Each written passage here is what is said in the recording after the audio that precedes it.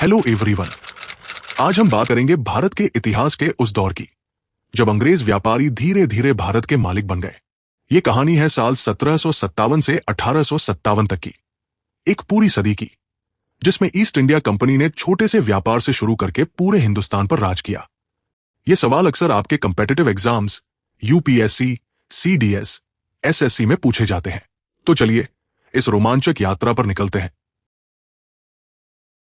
देखिए, हमारी ये पूरी कहानी 3 बड़े हिस्सों में डिवाइड है।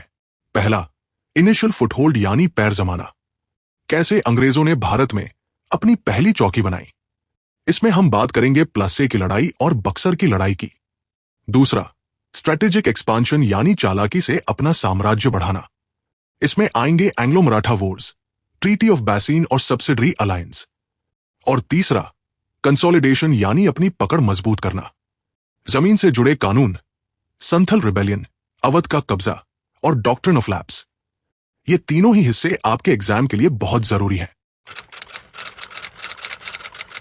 तो दोस्तों, यह है हमारी कहानी का पहला पड़ाव, ईस्ट इंडिया कंपनी का जन्म।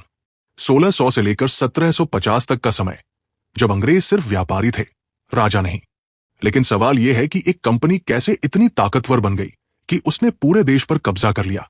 इसके पीछे कुछ ऐतिहासिक दस्तावेज थे जिन्हें रॉयल चार्टर और फरमान कहा जाता है। आइए इन्हें समझते हैं। तो कहानी शुरू होती है 1600 से। उस जमाने में इंग्लैंड की रानी थी एलिजाबेथ फर्स्ट। उन्होंने कुछ अंग्रेज व्यापारियों को एक खास अधिकार दिया, रॉयल चार्टर। इसका मतलब कि उन्हें 15 साल के लिए भारत के साथ व्यापार करने का इकलौता हक मिला, यानी कोई और अंग्रेज व्यापारी भारत में कारोबार नहीं कर सकता था। अब 1612 में एक और बड़ी घटना हुई। मुगल बादशाह जहांगीर ने थॉमस रो और कैप्टन बेस्ट को सूरत में ट्रेड फैक्ट्री बनाने की इजाजत दी। इस फरमान ने अंग्रेजों को भारत में पहली बार अपनी दुकान खोलने का मौका दिया और धीरे धीरे कंपनी को सेना और प्रशासन के अधिकार भी मिलते गए। यानी एक आम व्यापारी कंपनी अब धीरे धीरे एक सरकार बनती जा रही थी। एग्जाम में याद रखने का एक आसान ट्रिक, 1600 चार्टर, 1612 सूरत, 1639 मद्रास, 1690 कैलकटा। इन 4 तारीखों को याद रखेंगे तो बहुत काम आएगा। तो अब जानते हैं कि अंग्रेजों ने भारत में अपनी 3 मुख्य चौकियां कहां बनाई। इन्हें प्रेसिडेंसीज कहा जाता है, यानी उनके प्रशासन के मुख्य केंद्र। पहली, सूरत और वेस्टर्न कोस्ट। ये 1612 में बनी। यहां से वो मसाले और कपड़ा खरीदते थे। और 1668 में उन्हें बॉम्बे, यानी आज का मुंबई, दहेज के तौर पर मिला।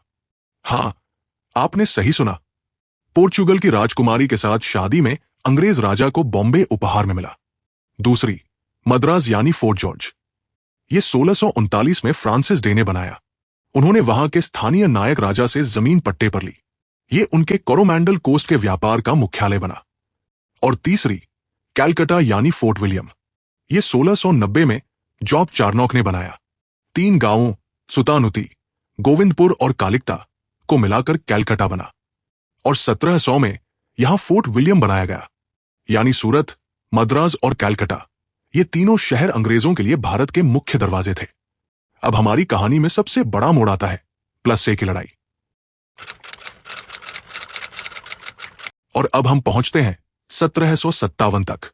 ये वो साल है जब इतिहास ने पूरा मोड़ लिया। यह है बैटल ऑफ प्लासी। देखिए, इससे पहले अंग्रेज भारत में सिर्फ व्यापारी थे, लेकिन प्लासी की जंग ने उन्हें बंगाल का राजनीतिक मालिक बना दिया। सवाल यह है कि आखिर ऐसा कैसे हुआ? एक छोटी सी कंपनी ने बंगाल के बड़े से नवाब को कैसे हरा दिया? कहानी बहुत दिलचस्प है। इसमें षड्यंत्र था, विश्वासघात था और पैसे का खेल था। चलिए इसी को विस्तार से समझते हैं। पहले जानते हैं कि इस जंग की वजह क्या बनी। तो क्यों हुई ये लड़ाई? इसके पीछे 4 बड़ी वजह थी। पहली, दस्तक का दुरुपयोग। दस्तक यानी करमुक्त व्यापार का पास। अंग्रेजों को यह अधिकार मिला था केवल अपने कारोबार के लिए, लेकिन वो इसका इस्तेमाल अपने निजी सामान बिना टैक्स चुकाए बेचने के लिए करने लगे। इससे नवाब को भारी नुकसान हो रहा था। दूसरी, बिना इजाजत किलेबंदी। अंग्रेजों ने कैलकटा में फोर्ट विलियम को मजबूत किया, जबकि नवाब सिराजुद्दौला ने इसकी इजाजत नहीं दी थी। तीसरी, राजनीतिक शरण। अंग्रेजों ने कृष्णदास नाम के एक भगोड़े को अपने यहां पनाह दी, जो नवाब का दुश्मन था। और चौथी, ब्लैक होल ट्रेजेडी, 1756 में 146 ब्रिटिश प्रिजनर्स को एक छोटे से कमरे में बंद कर दिया गया, जिसमें से 123 की दम घुटने से मौत हो गई। और एक और बात जो एग्जाम के लिए बहुत जरूरी है, फरुखसियर का फरमान 1717, इसे EIC ट्रेड का मैग्ना कार्टा कहा जाता है। इसके तहत अंग्रेज बंगाल में बिना कस्टम ड्यूटी चुकाए माल आयात निर्यात कर सकते थे, सिर्फ 3000 रुपए सालाना देकर। अब जानते हैं कि इस लड़ाई में किन किन का दिमाग काम कर रहा था। पहले मीर जफर, ये नवाब की सेना के कमांडर इन चीफ थे। रॉबर्ट क्लाइव ने उन्हें रिश्वत दी, बंगाल की गद्दी का वादा, बदले में वो सिराज को धोखा देंगे। दूसरे जगत सेठ और ओमीचंद, ये बंगाल के सबसे अमीर बैंकर और व्यापारी थे। इन्होंने पूरी साजिश को पैसे से फंड किया। तीसरे रॉबर्ट क्लाइव, अंग्रेज सेनापति, जिनके पास सिर्फ 3000 सैनिक थे, लेकिन उन्होंने ये लड़ाई अपनी चालाकी और दूसरों को रिश्वत देकर जीती। और ये ध्यान रखने वाली बात है, लड़ाई हुई 23 जून 1757 को बंगाल के पलाशी गांव में भागीरथी नदी के किनारे। अब देखते हैं कि जंग के दिन असल में क्या हुआ। तो 23 जून 1757 को जंग शुरू हुई। नवाब सिराजुद्दौला के पास 50,000 सैनिक थे, जबकि अंग्रेजों के पास सिर्फ 3000। लेकिन देखते ही देखते कुछ ऐसा हुआ कि नवाब की विशाल सेना बेकार हो गई। दरअसल मीर जफर और राय दुर्लभ दोनों ने जंग के दौरान लड़ने से इनकार कर दिया। एक और ऐतिहासिक संयोग, बारिश ने नवाब के तोपों के बारूद को भिगो दिया, जबकि अंग्रेजों ने अपने बारूद को ढक कर रखा था। नतीजा, नवाब सिराजुद्दौला को हार का सामना करना पड़ा और बाद में मीर जफर के बेटे मिरन ने उन्हें पकड़कर मार डाला। इतिहासकार KM पणिक्कर ने इस बारे में कहा, a transaction by which the Nawab was sold by his own generals, यानी नवाब को उसी के जनरलों ने बेच दिया। अब जानते हैं कि जंग जीतने के बाद क्या हुआ। प्लसे की जीत के बाद अंग्रेजों को जो मिला, उसने भारत का पूरा इतिहास बदल दिया। पहला, मीर जफर को कठपुतली नवाब बनाया गया, यानी अब नवाब तो वो थे, लेकिन असली शासक अंग्रेज थे। दूसरा, अंग्रेजों को 2 करोड़ रुपए से ज्यादा मुआवजा मिला। ये वो पैसा था जो मीर जफर ने EIC को दिया। तीसरा, 24 परगना की जमींदारी सीधे अंग्रेजों को दे दी गई, यानी जमीन पर उनका सीधा कब्जा हो गया। चौथा, ड्रेन ऑफ वेल्थ शुरू हुआ, यानी बंगाल की समृद्धि अब अंग्रेजों के खजाने में जाने लगी। और सबसे दिलचस्प बात, इससे पहले ब्रिटेन भारत में सोना चांदी लाकर माल खरीदती थी, लेकिन प्लसे के बाद इंडियन रेवेन्यू से इंडियन गुड्स खरीदे जाने लगे और यूरोप भेजे जाने लगे, यानी भारत की दौलत अब भारत के काम नहीं आ रही थी। लेकिन प्लसे के बाद भी अंग्रेजों का काम पूरा नहीं हुआ था। अब उन्हें अपनी कानूनी सत्ता मजबूत करनी थी, और इसके लिए हुई एक और बड़ी लड़ाई, बैटल ऑफ बक्सर। प्लसे ने अंग्रेजों को बंगाल का राजनीतिक मालिक तो बना दिया, लेकिन असली कानूनी ताकत उन्हें बक्सर की जंग से मिली। 1764 की यह जंग प्लसे से भी ज्यादा अहम है। क्यों? क्योंकि इसने अंग्रेजों को पूरे उत्तरी भारत में सबसे ताकतवर बना दिया। चलिए जानते हैं कि आखिर यह जंग क्यों हुई और क्या हुआ इसके बाद। तो यह जंग 1764 में हुई, लेकिन इसकी शुरुआत कुछ साल पहले से होती है। देखिए, 1760 में अंग्रेजों ने मीर जफर को हटाकर मीर कसिम को नवाब बनाया। मीर कसिम ने बदले में बुर्डवन, मिदनापुर और चिट्टागोंग, ये तीनों जिले अंग्रेजों को दे दिए। लेकिन मीर कसिम को जल्दी ही एहसास हो गया कि अंग्रेज उसे भी कठपुतली बनाना चाहते हैं, इसलिए उसने अपनी राजधानी मुर्शिदाबाद से हटाकर मुंगेर, बिहार कर ली। ये उसकी आजादी का पहला कदम था। फिर 1763 में उसने एक बहुत बड़ा कदम उठाया, कस्टम ड्यूटीज यानी आयात निर्यात कर खत्म कर दिए। क्यों? ताकि अंग्रेजों को कोई खास लाभ न रहे और सभी भारतीय व्यापारियों को बराबरी का हक मिले। अंग्रेजों को यह बिल्कुल पसंद नहीं आया और उन्होंने मीर कसिम के खिलाफ जंग का ऐलान कर दिया। मीर कसिम ने भी हार नहीं मानी और उसने एक बड़ी ताकतवर साझेदारी बनाई। अब देखते हैं कि मीर कसिम ने किन के साथ हाथ मिलाया। तो मीर कसिम ने 2 और बड़ी शक्तियों का साथ लिया। पहला, शुजा-उद-दौला, अवध के नवाब। दूसरा, शाह आलम II, खुद मुगल बादशाह। यानी तीनों ने मिलकर एक ट्रिपल अलायंस बनाई। उनकी संयुक्त सेना लगभग 40,000 सैनिकों की थी। अब अंग्रेजों की तरफ थे मेजर हेक्टर मुनरो, उनके पास सिर्फ 7,072 सैनिक थे। तो संख्याओं के हिसाब से तो अंग्रेज बहुत कमजोर थे। लेकिन जो हुआ वो इतिहास में एक बड़ा सबक बन गया। ताकत सिर्फ संख्या में नहीं होती, बल्कि रणनीति में होती है। और यहां एक बहुत जरूरी बात, प्लसे में धोखे से जीत मिली थी, लेकिन बक्सर में अंग्रेजों ने अपनी बेहतर सेना और रणनीति से जीत हासिल की। इस हार ने मुगल बादशाह और अवध के नवाब दोनों की कमजोरी को उजागर कर दिया और अंग्रेज उत्तरी भारत में सबसे ताकतवर ताकत बन गए। इस जंग के बाद एक ऐसी संधि हुई जिसने अंग्रेजों को भारत का असली मालिक बना दिया। तो बक्सर की जीत के बाद 1765 में एक बहुत बड़ी संधि हुई, ट्रीटी ऑफ इलाहाबाद। इसे Robert Clive, Shah Alam II और शुजा दौला के बीच साइन किया गया। इसमें 3 मुख्य बातें थी। पहली और सबसे बड़ी, दीवानी ग्रांट। मुगल बादशाह शाह आलम II ने अंग्रेजों को बंगाल, बिहार और उड़ीसा में लैंड रेवेन्यू यानी जमीन का टैक्स वसूलने का अधिकार दे दिया। यानी अब अंग्रेज सिर्फ व्यापारी नहीं बल्कि कर वसूलने वाले भी बन गए। दूसरी, मुगल को टैक्स। अंग्रेजों ने शाह आलम II को सालाना 26 लाख रुपए देने और कोरा व इलाहाबाद देने का वादा किया। तीसरी, अवध को वॉर इंडेमनिटी। शुजा दौला को अंग्रेजों को 50 लाख रुपए मुआवजा देना पड़ा। यानी एक तरफ अंग्रेजों को सबसे बड़ा इलाका और कर वसूली का अधिकार मिला, तो दूसरी तरफ उन्होंने मुगल बादशाह को भी अपनी तरफ मिला लिया। अब जो हुआ वो इतिहास का एक अजीब दौर था। अब जरा सोचिए, अंग्रेजों के पास दीवानी था यानी कर वसूलने का अधिकार, लेकिन प्रशासन चलाने की जिम्मेदारी नवाब के पास थी, यानी पावर विदाउट रिस्पॉन्सिबिलिटी। अधिकार तो अंग्रेजों के पास, लेकिन जवाबदेही नवाब की। यह कैसे काम करता था? चलिए अगली स्लाइड में इसी डुअल सिस्टम को समझते हैं। अब जानेंगे इस डुअल सिस्टम का पूरा ढांचा। तो 1765 से 1772 के बीच बंगाल में डुअल गवर्नमेंट यानी दोहरी सरकार चलती थी। यह रॉबर्ट क्लाइव का एक बहुत चालाक प्लान था। इसके 2 हिस्से थे। पहला, दीवानी जो अंग्रेजों के पास था। इसमें जमीन का राजस्व वसूलना, सिविल न्याय यानी आम लोगों के मामलों का फैसला, पूरी आर्थिक ताकत, लेकिन शासन की कोई जिम्मेदारी नहीं। दूसरा, निजामत जो नवाब के पास था। इसमें कानून व्यवस्था, पुलिस, सेना, अपराधियों के मामलों का फैसला, लेकिन इन सब के लिए पैसा नवाब के पास नहीं था। यानी एक तरफ अंग्रेज पैसे तो लेते हैं लेकिन जिम्मेदारी नहीं लेते, दूसरी तरफ नवाब जिम्मेदारी तो लेते हैं लेकिन पैसा नहीं। वॉरेन हेस्टिंग्स ने इस बारे में कहा, a reign of unrestrained tyranny, corruption and plunder, यानी बेरहम अत्याचार, भ्रष्टाचार और लूट का राज। इस दोहरी सरकार का सबसे भयानक नतीजा आया 1770 में। 1770 में बंगाल में एक भयानक अकाल पड़ा, ग्रेट बंगाल फमाइन। इसने बंगाल की कुल आबादी का 1/3 यानी 1 करोड़ से ज्यादा लोगों को मार डाला। लेकिन सबसे हैरान करने वाली बात यह थी कि उस भीषण अकाल में भी अंग्रेजों का टैक्स कलेक्शन बढ़ गया। हां, आपने सही सुना।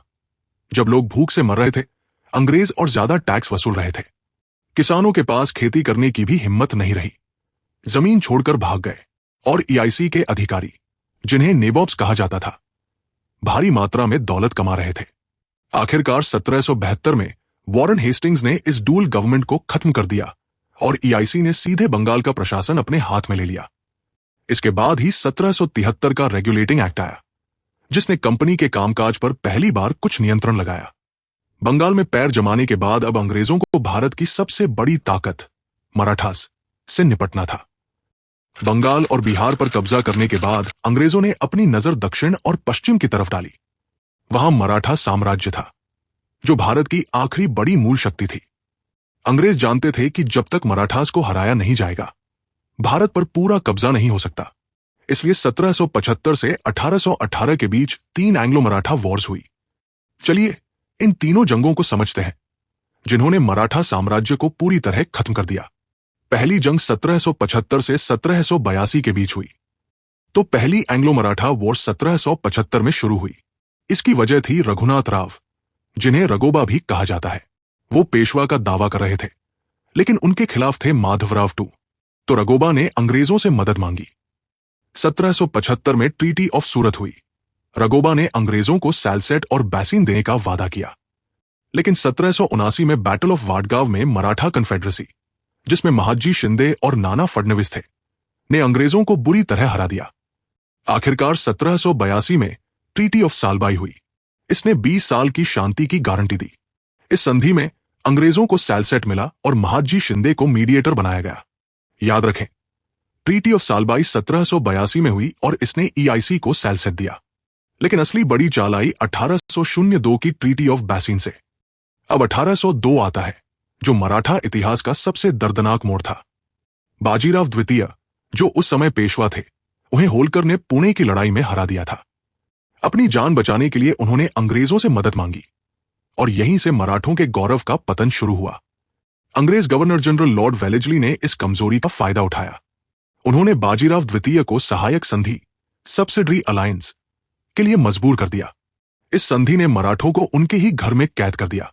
सूरत छोड़नी पड़ी, पुणे में अंग्रेजों की सेना बैठा दी गई और विदेशी संबंधों का नियंत्रण अंग्रेजों को सौंपना पड़ा। यानी अब मराठा पेशवा सिर्फ नाम के राजा रह गए। यही बेसिंग की संधि थी जिसने मराठा साम्राज्य की रीढ़ तोड़ी। बेसिंग की संधि ने मराठों को बेइज्जत किया, लेकिन मराठों में अब भी जान थी। दूसरी जंग 1803 से 1805। मराठा सरदार भोंसले और शिंदे ने संधि मानने से इनकार कर दिया, लेकिन अंग्रेज सेनापति आर्थर वेलेस्ली ने उन्हें हरा दिया। हार के बाद 2 संधियां हुई, देवगांव भोंसले के साथ और सुरजी अंजन गांव शिंदे के साथ। तीसरी जंग 1817 से 1818। यह मराठा सत्ता का अंतिम संघर्ष था। लॉर्ड हेस्टिंग्स ने पिंडारियों के खिलाफ अभियान चलाया, जिसके बहाने उन्होंने मराठों को भी घेर लिया। इस युद्ध के बाद पेशवाई को हमेशा के लिए खत्म कर दिया गया। बाजीराव द्वितीय को पेंशन देकर बिठूर, कानपुर भेज दिया गया। यह मराठा साम्राज्य का दुखद अंत था।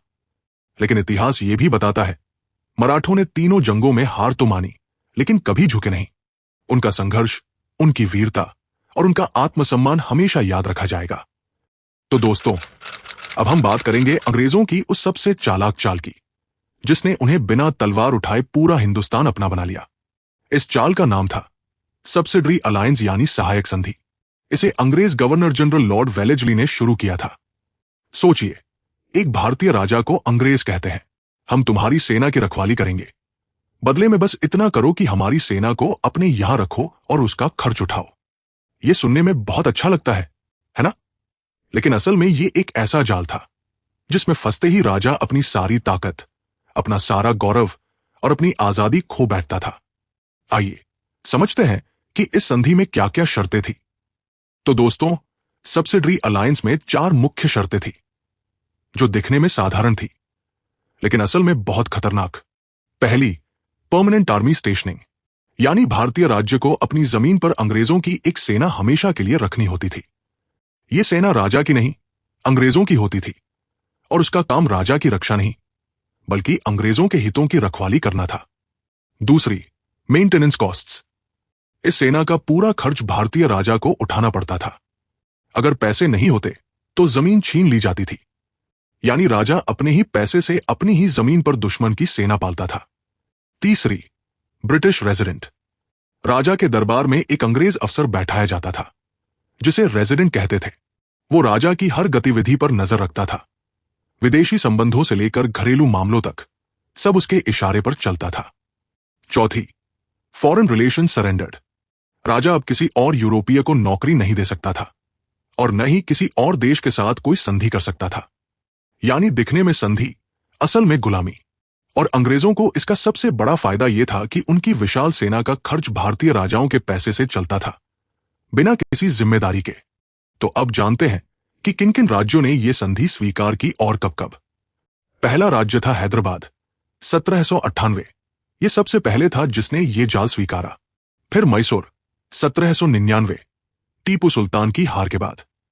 फिर तंजौर, अवध, पेशवा, भोंसले और सिंधिया, ये सब इस जाल में फंसते चले गए। तो दोस्तों, अब हम बात करेंगे उन जमीनी कानूनों की जिन्होंने भारत के किसानों और जमींदारों की जिंदगी हमेशा के लिए बदल दी। जब अंग्रेज भारत के मालिक बन गए तो उन्हें सबसे बड़ी चुनौती थी टैक्स कैसे वसूलें, क्योंकि पूरे देश की आमदनी जमीन से आती थी।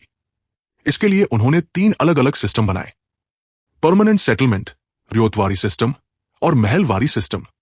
ये तीनों सिस्टम अलग अलग इलाकों में लागू किए गए और इनका असर भी अलग अलग पड़ा। आइए इनमें से पहले सिस्टम को समझते हैं। 1793 में लॉर्ड कॉर्नवालिस ने एक ऐतिहासिक फैसला लिया, परमानेंट सेटलमेंट। यह बंगाल, बिहार, उड़ीसा और वाराणसी में लागू किया गया, यानी ब्रिटिश भारत का लगभग 19% हिस्सा। इसमें क्या किया? जमींदारों को जमीन का मालिक बना दिया गया, यानी पहले जो जमीन राजा की होती थी या गांव की सामूहिक संपत्ति थी, अब वो जमींदारों की निजी जायदाद बन गई। लेकिन एक शर्त थी, हर साल तय तारीख तक टैक्स चुकाना होगा। टैक्स कितना था?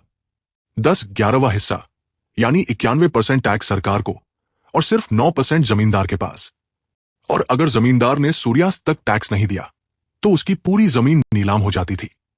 इसे कहते थे सनसेट लॉ। इसका सबसे बुरा असर हुआ किसानों पर। किसान अब जमींदारों के मेहरबान पर थे। जमींदार जो किराया मांगते देना पड़ता। ज्यादातर जमींदार तो दूर दूर रहते थे। एब्सेंटी लैंडलॉर्डिज्म बढ़ा और किसानों का जीवन और भी मुश्किल हो गया। तो परमानेंट सेटलमेंट के बाद अंग्रेजों ने 2 और सिस्टम बनाए, क्योंकि हर इलाके का अपना ढांचा था। पहला, रियोतवारी सिस्टम 1820। इसे बनाया अलेक्जेंडर रीड और थॉमस मुनरो ने। यह मद्रास, बॉम्बे और असम में लागू हुआ, यानी ब्रिटिश भारत का 51% हिस्सा। इसमें सीधा किसान रायट से समझौता किया जाता था। कोई बिचौलिया नहीं, सीधे सरकार टैक्स वसूलती थी। लेकिन टैक्स 50 से 60% था और हर 20 से 30 साल में बदलता रहता था, यानी तय नहीं था। दूसरा, महलवारी सिस्टम 1822। इसे बनाया होल्ट मैकेंजी और रॉबर्ट मार्टिन्सबर्ग ने। यह एनडब्ल्यू प्रोविंसेस, पंजाब और मध्य भारत में लागू हुआ, यानी 30% इलाका। इसमें गांव के मुखिया से पूरे गांव का टैक्स वसूला जाता था। टैक्स समय समय पर बदलता रहता था। तीनों सिस्टम का एक ही नतीजा, किसान पर बोझ और अंग्रेजों का खजाना भरता रहा। तो दोस्तों, अब इन तीनों सिस्टमों को एक नजर में समझते हैं। पहला, परमानेंट सेटलमेंट 1793, लॉर्ड कॉर्नवालिस ने शुरू किया। समझौता जमींदारों से। इलाका बंगाल, बिहार, उड़ीसा, 19%। टैक्स हमेशा के लिए तय। दूसरा, रियोतवारी सिस्टम 1820। थॉमस मुनरो और रीड ने शुरू किया। समझौता सीधे किसान रायट। इलाका मद्रास, बॉम्बे, असम, 51%। टैक्स हर 20 से 30 साल में बदलता। तीसरा, महलवारी सिस्टम 1822। होल्ट मैकेंजी ने शुरू किया। समझौता पूरे गांव महल से। इलाका पंजाब, यूपी, एमपी, 30%। टैक्स समय समय पर बदलता। सबसे अहम बात, चाहे कोई भी सिस्टम हो, जमींदार हो या किसान, गांव हो या राजा, हर जगह बोझ सिर्फ किसान पर। अंग्रेजों को सिर्फ टैक्स चाहिए था, चाहे सूखा हो, चाहे अकाल, चाहे फसल हो या ना हो। यह टेबल एग्जाम में बार बार पूछी जाती है। इन चारों कॉलम को याद रखेंगे तो कोई सवाल नहीं छूटेगा। अब हम आते हैं भारत के उस वीर आदिवासी समुदाय की कहानी पर, संथल्स। यह कहानी है 1855-1856 की। जब अंग्रेजों के अत्याचार ने सीमा पार कर दी तो संथालों ने अपनी ही जमीन पर अपना हक मांगा, और जब नहीं मिला तो हाथ में धनुष बाण लेकर खड़े हो गए।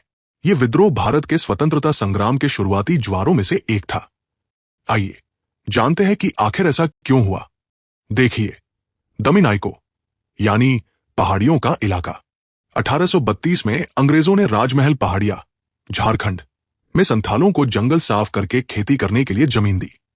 यानी उन्हें इनाम में वो जमीन मिली जो पहले उनकी पैतृक जमीन थी, लेकिन अब दी जा रही थी। लेकिन जल्द ही डिकुस यानी बाहरी लोग, साहूकार, जमींदार और अंग्रेज पुलिस ने संथालों का शोषण शुरू कर दिया। जमीन छीन ली गई, महाजनी कर्ज में दबा दिया गया। और जब दर्द की सीमा पार हुई तो 1855-1856 में भाइयों सिद्धू और कान्हू मुर्मू ने हल रिबेलियन यानी विद्रोह का बिगुल बजाया। उन्होंने दावा किया उन्हें ईश्वरीय आदेश मिला है, और उठ खड़े हुए हजारों संथाल अपनी जमीन, अपनी आजादी और अपने सम्मान के लिए। संथालों ने तलवार और तीर कमान से लड़ाई लड़ी, लेकिन सामने थी अंग्रेजों की आधुनिक बंदूकें और तोपें। 15,000 से ज्यादा संथाल मारे गए। सिद्धू मुर्मू को पकड़ लिया गया और कान्हू मुर्मू शहीद हो गए। लेकिन यह विद्रोह पूरी तरह बेकार नहीं गया। अंग्रेजों ने 1855 में संथल परगना, एक अलग जिला बनाया, जहां उनके अपने कानून थोड़े अलग थे, और संथल परगना टेनेंसी एक्ट पास किया गया, जिसने आदिवासियों की जमीन की कुछ हद तक रक्षा की। सबसे जरूरी तारीख 30 जून 2000 1855। ये वो दिन था जब संथाल विद्रोह शुरू हुआ। आज भी इसे हल दिवस के रूप में मनाया जाता है, संथालों की वीरता की याद में। यह विद्रोह था गरीब और मजबूर का अंग्रेजों के खिलाफ आखिरी संघर्ष, लेकिन इसने आने वाले 1857 के बड़े विद्रोह की जमीन तैयार की। अब हम पहुंचते हैं 1848 से 1856 के बीच के दौर में, जब अंग्रेज गवर्नर जनरल थे लॉर्ड डलहौजी। ये वो दौर था जब अंग्रेजों ने हिंदुस्तान को पूरी तरह निगलने का फैसला किया। पहले वो धीरे धीरे राज्यों को अपने अधीन कर रहे थे, लेकिन अब उन्होंने एक तैयार नीति बनाई जिसके तहत किसी भी राज्य को कब्जा करने के लिए बहाना ढूंढ लिया जाता था। दो नीतियां सबसे चर्चित रहीं। डॉक्ट्रिन ऑफ लैप्स, बिना बेटे वाले राज्य सीधे अंग्रेजों के, अवध का कब्जा कुशासन के बहाने। इन दोनों ने ही भारतीय राजाओं और जनता में भारी नाराजगी पैदा की, जिसने 1857 की चिंगारी को हवा दी। 1856 में अंग्रेजों ने अवध पर कब्जा कर लिया। बहाना था मिस गवर्नेंस, यानी नवाब वाजिद अली शाह कुशासन चला रहे हैं। अंग्रेजों ने आउटरम रिपोर्ट नाम की एक रिपोर्ट बनाई जिसमें नवाब पर आरोप लगाए गए और इसी के आधार पर अवध को अंग्रेजी साम्राज्य में मिला लिया। लेकिन सबसे बड़ी बात, अवध अंग्रेजों का सबसे वफादार सहयोगी था, फिर भी उसे कब्जा कर लिया गया। इससे पूरे भारत में विश्वास टूट गया। फिर आई समरी सेटलमेंट ऑफ 1856। इसमें 60% तालुकदार यानी जमींदारों से उनकी जमीन छीन ली गई। और सबसे खतरनाक बात, अंग्रेजों की बंगाल आर्मी के 75% सिपाही अवध से आते थे। अवध को the nursery of the Bengal army कहा जाता था। जब इन सिपाहियों ने देखा कि उनका अपना राज्य अपने ही नवाब को छोड़कर अंग्रेजों ने छीन लिया, तो उनके दिल में गुस्सा, अपमान और बदले की आग भड़क उठी। यही आग बनकर फूटी 1857 की क्रांति। अब बात करते हैं डॉक्ट्रिन ऑफ लैप्स की। यह लॉर्ड डलहौजी की सबसे विवादित नीति थी। इसका नियम बहुत सरल था। अगर किसी भारतीय राज्य के राजा की कोई संतान नहीं है और वो मर जाता है, तो वो राज्य अंग्रेजों के कब्जे में चला जाएगा। लेकिन सबसे ज्यादा खतरनाक बात, राजा कोई गोद लिया हुआ बेटा अपना उत्तराधिकारी बना सकता था, लेकिन वो सिर्फ निजी संपत्ति का हकदार होगा, राजगद्दी का नहीं। यानी बेटा तो है, लेकिन राजा नहीं बन सकता। यानी अंग्रेज जानबूझकर भारतीय राजवंशों को खत्म कर रहे थे। इस नीति के तहत कितने राज्य अंग्रेजों में मिले? सतारा 1848, संबलपुर 1849, जैतपुर 1849, बघत 1850, उदयपुर 1852, झांसी 1853, नागपुर 1854। तो दोस्तों, अब देखते हैं लॉर्ड डलहौजी ने किन किन राज्यों को अपने साम्राज्य में मिलाया। 1848, सतारा, डॉक्ट्रिन ऑफ लैप्स, कोई नेचुरल संतान नहीं। 1849, संबलपुर और जैतपुर, डॉक्ट्रिन ऑफ लैप्स, दोनों राज्यों का कब्जा। 1853, झांसी, डॉक्ट्रिन ऑफ लैप्स, रानी लक्ष्मीबाई के गोद लिए बेटे को अस्वीकार। यह सबसे दर्दनाक मामला, एक वीर रानी को उसके ही राज्य से वंचित किया गया। 1854, नागपुर, डॉक्ट्रिन ऑफ लैप्स, एक और मराठा राज्य का पतन। 1856, अवध, डॉक्ट्रिन ऑफ लैप्स से नहीं, बल्कि मिस गवर्नेंस, कुशासन के बहाने कब्जा किया गया। सबसे जरूरी बात, अवध को डॉक्ट्रिन ऑफ लैप्स से मत जोड़िएगा। यह सबसे बड़ी गलती है जो एग्जाम में होती है। अवध तो नवाब वाजिद अली शाह की कथित कुशासन की वजह से लिया गया। और झांसी का मामला, यही वो आग थी जो आगे चलकर 1857 की क्रांति में भड़की। ये दोनों तारीखें और कारण, 1853 में झांसी, 1856 में अवध, याद रखेंगे तो कोई सवाल गलत नहीं होगा। तो दोस्तों, अब हम पूरी कहानी को एक टाइमलाइन में देखते हैं, समझते हैं कि कैसे एक छोटी सी ट्रेडिंग कंपनी 250 सालों में भारत की मालिक बन गई। 1600-1757 ईस्ट इंडिया कंपनी को चार्टर मिला। सूरत, मद्रास, कैलकाटा में फैक्ट्रियां बनी और 1757 में प्लसे की लड़ाई ने अंग्रेजों को बंगाल में पैर जमाने का मौका दिया। 1764 से 1772 बक्सर की लड़ाई 1764 ने अंग्रेजों को कानूनी सत्ता दी। फिर ट्रीटी ऑफ इलाहाबाद 1765 ने उन्हें दीवानी का अधिकार दिया और 1765 से 72 के बीच डुअल गवर्नमेंट चला, जो 1772 में खत्म हुआ। 1793 से 1802 परमानेंट सेटलमेंट 1793 ने जमींदार व्यवस्था बदल दी। सब्सिडरी अलायंस और ट्रीटी ऑफ बैसिन 1802 ने भारतीय राज्यों को अंग्रेजों का कठपुतली बना दिया। 1855 से 1856 संथल रिबेलियन 1855 ने आदिवासियों के दर्द को उजागर किया। अवध का कब्जा 1856 ने सिपाहियों में आग भर दी। और फिर आया 1857, जब ये सारी नाराजगी, सारा गुस्सा, सारा दर्द एक महाक्रांति में बदल गया। दोस्तों, एग्जाम में अक्सर चीजें मिक्स हो जाती हैं, इसलिए कुछ बहुत जरूरी कंफ्यूजन्स क्लियर करते हैं। पहला, प्लसे वर्सेस बक्सर। प्लसे 1757 धोखे से जीती गई, बक्सर 1764 मिलिट्री ताकत से जीती गई। दोनों अलग अलग हैं, इन्हें कभी मिक्स न करें। दूसरा, अवध एनेक्सेशन। अवध को डॉक्ट्रिन ऑफ लैप्स से नहीं जोड़ा गया, इसे मिसगवर्नेंस के बहाने 1856 में कब्जा किया गया। यह सबसे कॉमन कंफ्यूजन है, इसे साफ रखें। तीसरा, सब्सिडरी अलायंस में पहला राज्य जिसने सब्सिडरी अलायंस स्वीकार किया, हैदराबाद 1798, और फिर मैसूर, तंजौर, अवध, पेशवा, भोसले, सिंधिया।